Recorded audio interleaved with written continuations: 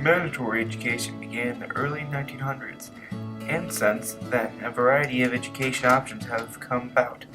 The homeschooling movement began in the mid-1960s, but records show that homeschooling sprouted centuries before then.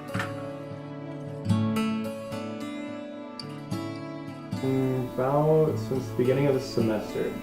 About a year and a half. I have been homeschooled since kindergarten.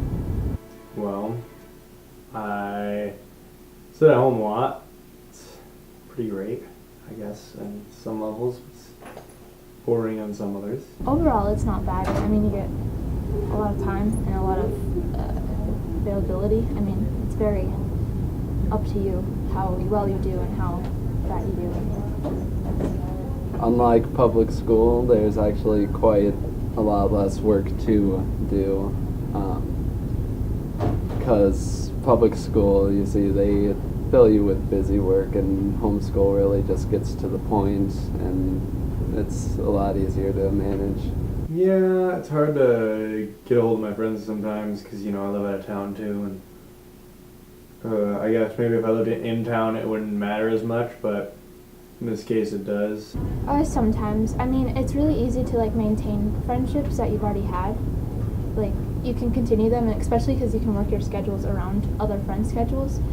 But to make new friends, it's way more difficult because you've never met any of them, and it's unless you're in a lot of social activities, it's very difficult to make friends. But maintaining friends, you actually get a lot closer with them. In the past I have.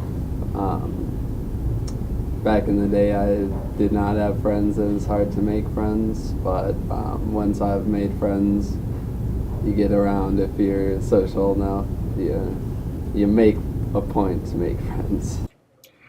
The earliest case of homeschooling was of Alexander the Great. Even Abraham Lincoln received 18 months of homeschooling.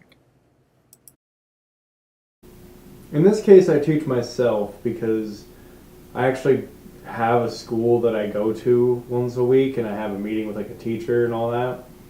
But we just discuss if I have any questions about what's going on in any of my classes. It's mostly just on the computer is the reason why I don't really have to be in a building at all times.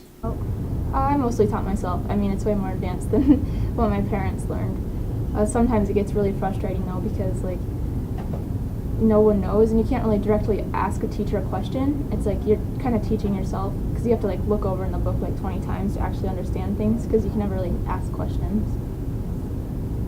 It's a lot of teaching myself, but there's a bit of when I'm struggling with some stuff, getting aggravated at stuff I don't know. It's when my parents are just okay, here's how this works. Let's see if you can, basically. Yeah, I do online. I do it at home, obviously. And it's several classes at once for several weeks, and then I switch classes once I finish the first one, so I only do 3 at a time, and then switch, so it's not overwhelming. And then I had a tutor also to help me maintain my... Mostly books, worksheets. My parents got their teaching permits. So most of it's actually just at home on paper, and well, I do enjoy it, being that it's really laid back, and I feel I would have some problems with public school. I'd have a lot of fun because it'd be very social, and I love being social. Well, I think it's good if you're going to do it briefly, for a year, just to kind of take a break, but it's definitely not something to do through your whole high school career because you need to learn the structure and the programs of normal school, and learning, high school is the time where you have to learn your social interactions, and so if you don't have those skills when you're older, then getting a job and having that structure and stuff, it won't develop well. Stay in school.